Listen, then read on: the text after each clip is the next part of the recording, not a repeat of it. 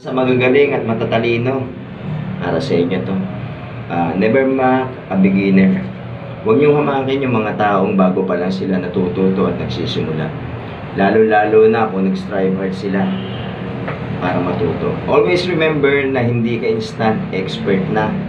Nagsimula lahat tayo at dumaan sa learning process. Ano man ang estado mo ngayon sa buhay, tandaan mo na nagsimula ka rin noon bilang baguhan. Kaya, don't ever use your power, status, and wealth to make fun of others' journey. Yun lang po, good vibes. Spread love. Iwasan natin yung galit. God bless us. Thank you.